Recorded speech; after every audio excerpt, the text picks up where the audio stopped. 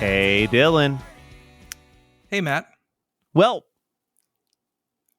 third reschedule of this topic, we're finally able to discuss, which I watched the last time I thought we were going to talk about this. Yep. So it's promptly out of my brain. We are talking about another Shane Black Christmas movie. Certainly not the first one we've talked about, and certainly won't be the last one that we talk about. Will not be.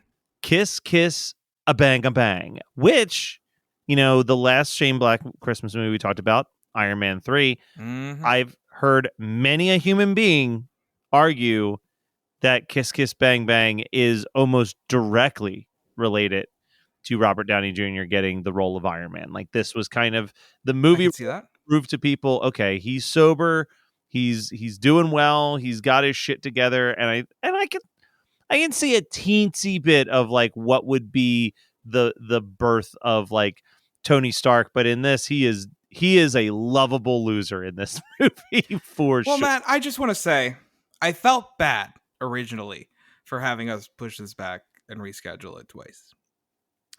Then I watched it.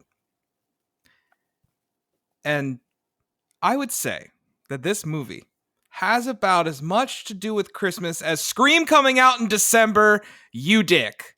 There is... I'm trying to help you out. It's the middle of summer. I watched this whole thing, and I'm like, there is maybe one thing about Christmas in this whole fucking thing, and that is it. No. I would argue, here's the thing. I would make the argument. Yeah. This is what we're going to have to do. This is the debate that we're going to do. Okay. I think that while, yes, it kind of loses being a Christmas movie about 10 minutes into the movie. Yeah. But she does wear the Christmas dress, the Santa dress. I also think that Christmas is more tied to the kickoff of everything than in Die Hard. Oh, okay. And my argument has always been that with Die Hard, you could literally make that any other work party and the rest of the movie plays out exactly the same. Like, it could be their New Year's party. It could be a Halloween party at the office. Like, I've been at an office where we have a party every other month for before. Everything. Like, yeah. So like Teddy's literally at a retirement party right That's now. what I mean. It could have been someone's retirement party. Like, it doesn't have to be Christmas for the rest of that plot to move forward. Yeah. But Robert Downey Jr. is the whole thing stems from him trying to pull a Jingle All the Way and steal the hot Christmas toy that everybody wants. So that's my argument. But no, I'm just giving you a tough time. I thought this fucking ruled. This movie is amazing. I literally think that this is, if I was to sit down and go through every one of this massive collection of DVDs and stack them from my least favorite DVD, like my least favorite movie, all the way to my favorite movie, I think Kiss Kiss Bang Bang makes it into the top 30 or 20. Okay, yeah. On that stack. I think that this movie is so fun. It's hilarious. Like, it's not even like kind of funny. It's fucking hysterical. And the quotes are unbelievably great. Val Kilmer is crushes it. This is when I became a Robert Downey Jr. fan. I was like, where has this guy been? This is a redemption movie for sure. I'm 100% seeing what you mentioned earlier, because I was gonna bring that up. I was like, this is like Tony Stark light. If Tony Stark just kept fucking things up. Yeah. I mean, that's kind of the character that he is. Dude, the scene with the bullet. The scene where they're trying to figure out, when he's like, well, I figured I had like a 1 in 10 chance. He's like, what? Who taught you math? It's so good. It's really good. I would say in terms of this versus Iron Man 3, I'd say Iron Man 3 has more Christmas, but this is definitely the better Shane Black, Robert Downey Jr. movie. And I actually had not seen this before. Oh, you thought you had? No, this was a first time watch for me. It's a fun one, man. And this was one of those movies. So, I mean, your origin story of watching this was that I made you watch it under the guise of saying it was a really Christmassy viewing. So I worked at a video store, the dream job that every person who loved Kevin Smith wanted to have. And we had an employee recommendation wall. And the guy who was a co-manager with me put this on his employee recommendation wall one time. And I thought the box art looked really cool. Yeah. And he's like, oh, you haven't seen Kiss Kiss Bang Bang? He's like, you got to see it. And then I promptly co-opted it. The second that he took it off of his employee recommends shelf, it went onto the Matt Kelly employee recommend shelf. Yeah. Because I was like, I was telling everybody watch this. So I made my roommate Schropp at the time watch it. And the amount of times that we would quote this movie, I think the line that we quoted more than any was, it's like, you know what you would get if you looked up the word stupid in the dictionary? Or idiot. You looked up the word idiot in the dictionary. He's like, a picture of me? No. The definition of idiot, which you fucking are.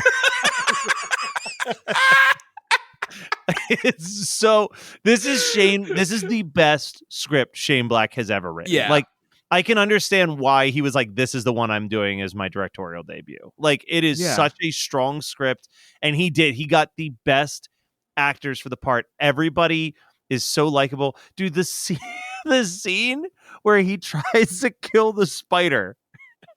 And she's like, whatever, you flicked my tit, no big deal. And he's like, I flicked your tit, no big deal. If someone touches that, it's a big deal. Like, it's like, man, I do like this guy. Like, he's a dude who's a robber and got his partner killed, but he really does have a very strong moral line that he is constantly walking on. Like, he does, and some people would even say it's toxic to a point. Yeah, especially at the end when he's going, or not at the end, but more towards the later half of the movie, where him and Harmony are about to hook up.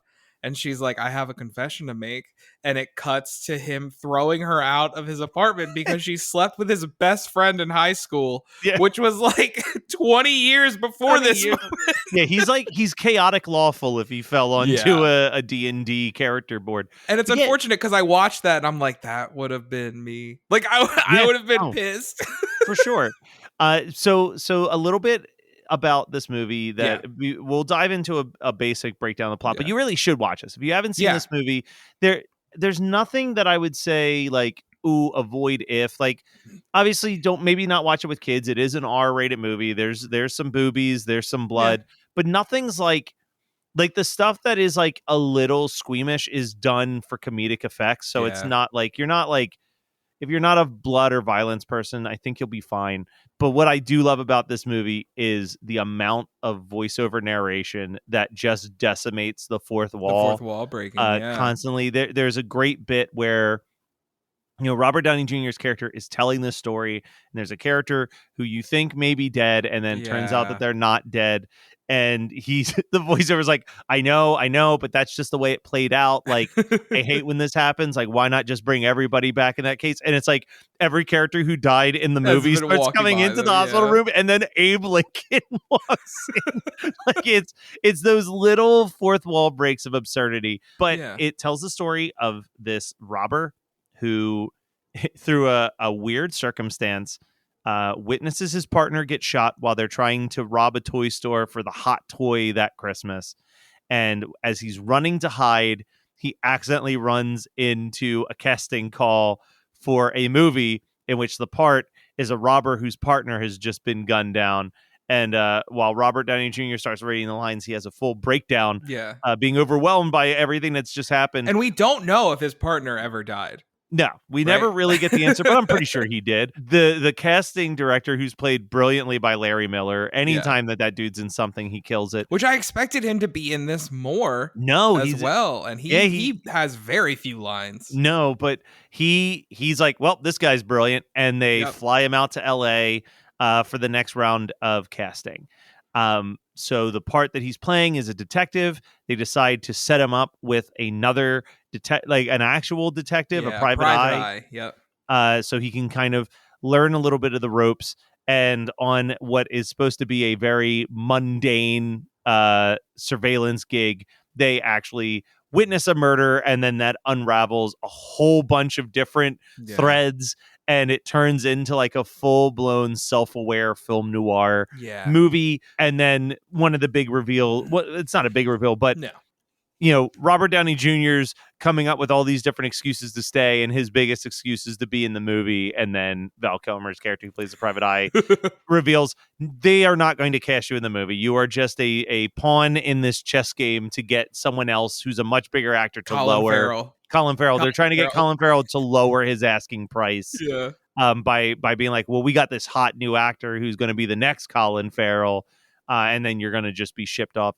And that's where this movie really is kind of shines in the fact that it is a loving homage to film noir, hits all of the beats of a film noir, is a scathing critique of Hollywood simultaneously. And like I said, just very funny. And there is like California Christmas, which is a bunch of palm trees that got lights on them and weird club parties for Christmas time that like you and I would not be seen dead at. No, no, I absolutely adored it. I did keep thinking that the other shoe was going to drop. There were weird moments where I was like, oh God, is fucking Val Kilmer going to turn on his ass or is Harmony setting him up or what's happening here? But I like that there wasn't a big real twist. Like I like that we're straightforward. This is what's happening.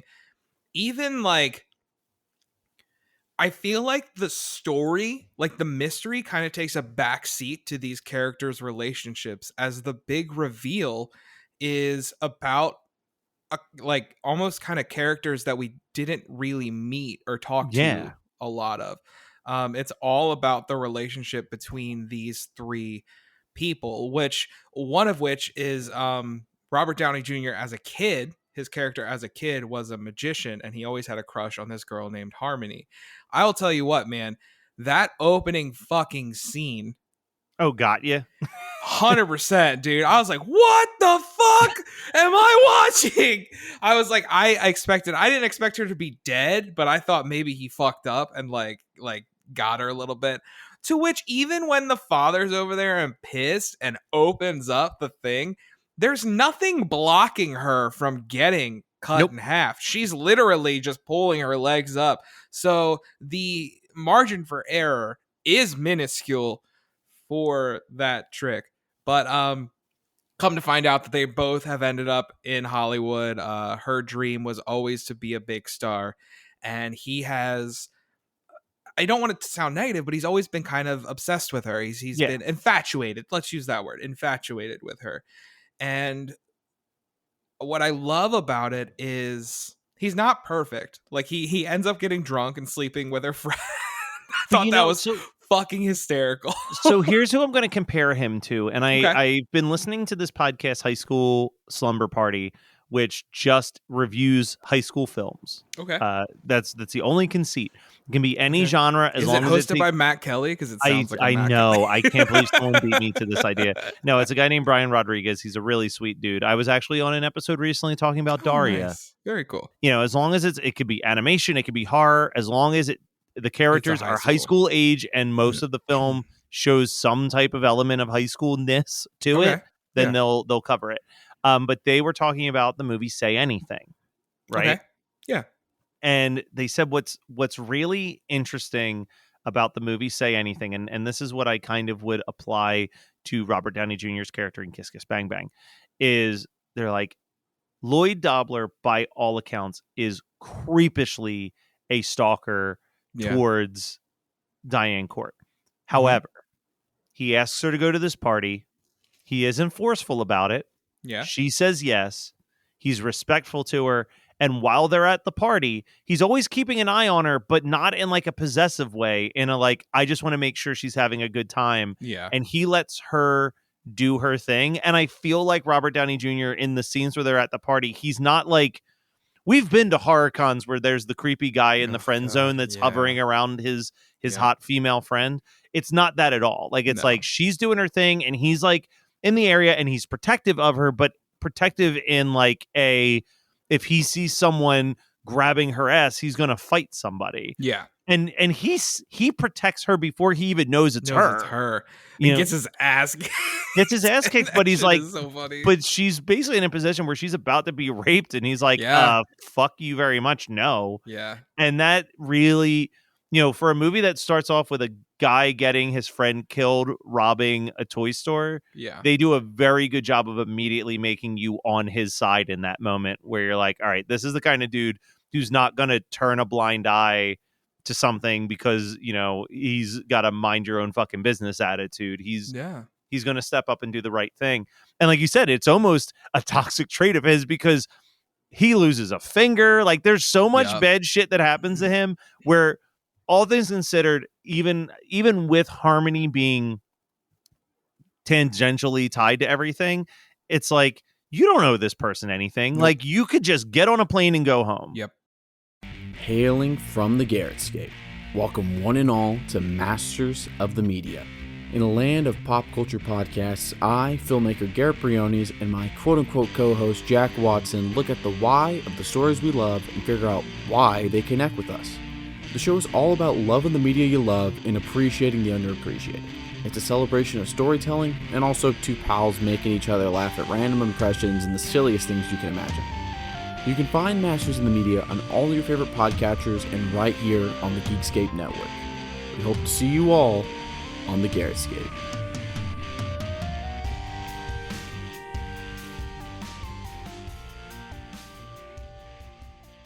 I almost was rooting for him and Perry to start dating or form some form of connection. I mean, they do kiss at one point, but I don't know. I didn't. I love the relationship between the three of them. I think that his love of Harmony is not as reciprocated even throughout the movie. I mean, she fucking leaves him in the car bleeding out from his finger to go save Perry, which Perry needed to be saved, but I mean, this guy's fucking finger is gone again. Yeah. So which is her fault, kind of. Oh, the second time? Yeah. Definitely. Yeah. So I mean, and that just put him into a whole other situation of the girl with the pink hair and everything else. Which, did you recognize who that was? Kind of. I knew that she looked familiar. So I can never pronounce this woman's name to save my life. I have always had a little bit of a crush on her. Yeah. If it's who I think it is. So it's Shannon. It is the girl from like Rules of Attraction, Knight's Tale, 40 Days, 40 Days, 40 Nights. Yep. Yeah, she is the pink-haired girl. And then let me see if I can find, there's one other crazy one in here. They keep making reference to how Harmony was in the bear commercial. Yeah. And I'm pretty sure the voice of the bear is Lawrence Fishburne. Oh, Lawrence Fishburne. I like it, but what do I know? I eat the heads off of fishes. So the one bit I didn't get was the last bear commercial where it was a different woman. I feel like there was a significance to that woman as well, but it was the blonde. Yeah, I think it's just, I'm sure that if nothing else, it's just a statement of how like recyclable people are in Hollywood. Like they just move on. Yeah. I'm looking at some of the quotes from the movie on IMDb, and again, this is not it's a popular movie. It's got its cult following, but it's not a super well known movie. But it's got 75 quotes posted on IMDb, which says a little bit of something about the popularity of it. But like this line between Harmony and Harry, I feel like shows that, because I've seen this with friends who stayed in Hollywood for way too long. There is this like weird elitism that like underlies everything. And they're talking about this girl, and Harmony says, well, for starters, she's been fucked more times than she's had a hot meal, which I have heard people say stuff similar to that for sure. But then Harry's response is, yeah, I heard about that. It was neck and neck, and then she skipped lunch. Those stupid lines. It was also so like, good. Second of all, she's 35. Yeah. Did you know the girl that played young Harmony is Ariel Winter from Modern Family? I did not know that. Yep. I forget where I had heard that in the last year or two.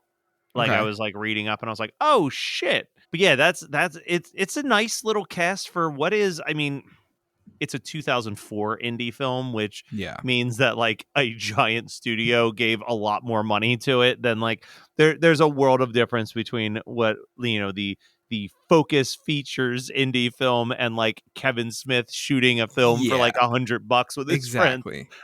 But it categorizes as a indier film. Yeah. But it's got a nice cast. It's funny. Yeah, look, it starts off with a nice jazz guitar version of Let It Snow, which Yeah. you know, kicks off the Christmassy vibes before it promptly pulls them away for I the would- next hour and a half. So I really hope we get another great Shane Black movie. Yeah, it's been a little bit of a dip. Not like in a I still don't think he's made a truly awful movie, No. but he hasn't hit the heights that he used to No. hit. Because like, so after this, the next feature film we got was Iron Man 3, which is I think we both agreed is good. I really like it, but I'm Yeah, also like a huge Marvel nerd. And you're like, yeah, it was all right. It was pretty good. I've heard good things about The Nice Guys. So have I, but I haven't seen it. and and I then I've actually heard- liked The Predator. I know a lot of people hated I heard The a Predator. lot of people did not like. But here's The why people didn't Predator. like The Predator. Okay. And here's why I did like The Predator. Okay. The Predator is very much a Shane Black movie. Okay. It's not so much a Predator movie. All right. like it focuses very much on, hey, here's a group of mercenaries or soldiers who are going to try to take down the Predator, and this is them hanging out having that snappy Shane Black really funny dialogue. Okay. I can get behind that. And then the Predator does his Predator stuff. But like yeah. I was laughing, I was having a good time. I was absolutely thrilled with it, but I'm also not the biggest Predator guy. Like I think that the Predator is a really cool creature who people give way too much credit for because there's only really been one good movie about Dude, him. I'm gonna be completely honest. Like, people were losing their shit about the Prey trailer. I haven't watched it. I'm going on record right now. I don't give a fuck about the Predator or the No, Predator movies. It's an awesome character design for Yep. sure, but like Yep. it's the same thing with like you can like people need to understand. Yeah. You can appreciate Hellraiser and Hellraiser 2 for the masterpieces that they are. But the rest of that franchise is trash. And the Awful. sooner you like come to Fucking terms awful. with it, same with Texas Chainsaw Massacre. I think the original Texas Chainsaw Massacre is arguably the greatest horror film that's ever been made. I can get behind And that. 2 is a real fun, campy movie. Yep. Stop getting so upset that you don't like the sequels. There hasn't been a good sequel, like Yeah. a truly good sequel since 1987. Like people who were like, I think you and I have talked about this. The 2021 Texas Chainsaw Massacre movie is The not Netflix one. the Netflix one. Yeah. It's not a good movie, but the people who are like, it's the worst thing that's ever happened to this Bullshit. franchise. Like it's not even close. You're talking about a franchise where fucking Matthew McConaughey has robot legs, and Dude, the 3D the 3D chainsaw one getting where thrown in a Leatherface, circus. Leatherface became the anti-hero at the end. Or the prequel that gives the dumbest twist just to have a twist in it, where it's like Leatherface, there's a bunch of people in this insane asylum, and one of them's going to be Leatherface. Is it the fat, awkward, creepy guy who looks exactly like Leatherface, or is Yeah. it that smooth, sexy talker over there? So my thing is like that was I kind of liked that movie, the Leatherface, the one you're just talking about. And I would have liked it a lot better if it wasn't Leatherface, yeah. a Leatherface movie. Well, that's good. And that's the thing is, it's like I feel like Texas Chainsaw Massacre, and I haven't done the research to back this up, but I think that I'm correct in this, is similar to like the Saw movies and the Hellraiser movies, where there's a huge chunk of them where they were just like, I don't know, we could throw Pinhead into this script, like, and I'm positive that's what Leatherface was. I'm positive that is a script for something else. Most then the likely. studio was like, can we throw Leatherface in there? I will say, I know that what you're saying with like the franchise sucks as a whole. I will still die on the hill that Texas Chainsaw 3D is the worst of the worst of that franchise. I'm not going to disagree with you. Am I going to sit down and rewatch the Netflix Texas Chainsaw Massacre movie? No. Probably not. I mean, if I'm at someone's house and they're watching, I'm not going to storm out because it's got some good gore. It's got a nice I like the bus scene. The bus scene was one of the coolest set pieces of the year. Yeah, and there's good in there, but what's also great about it? Super short. Yep. Blissfully short. A good 80 minutes. God, sign me the fuck up. That. Dude, remember when we watched damn Love, Death, and Robots, man? Yeah. And you're like, dude, it's only like 10 minutes long, right? I'm like, dude, even better. It's 5. Oh, damn. I gotta watch this on my phone. Fucking love that shit. No, I love when you send me something that, disclaimer here, I love when you send me something that I could actually watch, or not watch, but listen to and pay a little bit attention to, either at work or on my way home, for sure. Or something like that. That's why people love TikToks right now. It's fucking great. Hey, check out this 30-second thing that's funny. Love it. and people blame it on oh, you got a short attention span, stuff like that. Number one, duh. But number two, we got to a point where everything coming out had to be 3 hours long. Look, I really like the Batman. I am a huge fan of the Batman, but that shit could still use 30 minutes at a minimum cut out of it. I do. I get excited when I see that movies are an hour and a half. Yeah. I think that we're going to see a return to that soon because I think that more and more people are pushing back against the 3-hour movie. All right. We've gotten way off track. We did. Kiss Kiss Bang Bang. It's great. Great. Go check it out. Yeah, watch it now. You don't need to hold off till Christmas. I mean, you can, but look, I mean, I'm just trying to give us whatever I can during the summertime. No, I'm just picking on you because I'm still bitter about the Scream thing. But listen, no, I am always. The Scream thing was prime, still in Christmas season real estate. I would say that we get maybe, if we're lucky, September, but specifically it's late October until early February is our sweet spot to hit all the big Christmas hits. Bro, you can't hit me let's take a pause with some Scream. You can't hit me with a brand new Scream film. I know. I was just man, couldn't we at least wait for the DVD to drop? Which I still have your DVD on my cabinet on my shelf. I need it. Listen. Speaking of which, that's actually topical. At least for as the time we're recording this, Nev Campbell not in Scream 6 because of money. And dare I say, do I think she deserves the money? Yes. Do I think I need to see Nev Campbell in Scream 6? No. Yeah. No, and I've seen a lot of opinion pieces saying, hey, it's time to let these legacy characters go. You built some real good characters in part 5. Let's just follow that. Sorry, we're way off.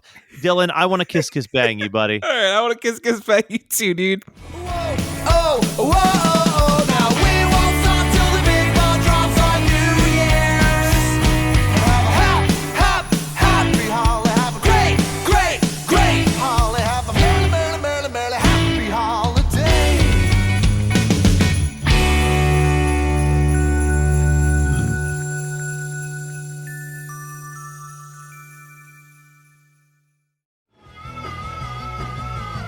You're listening to the Geekscape Network.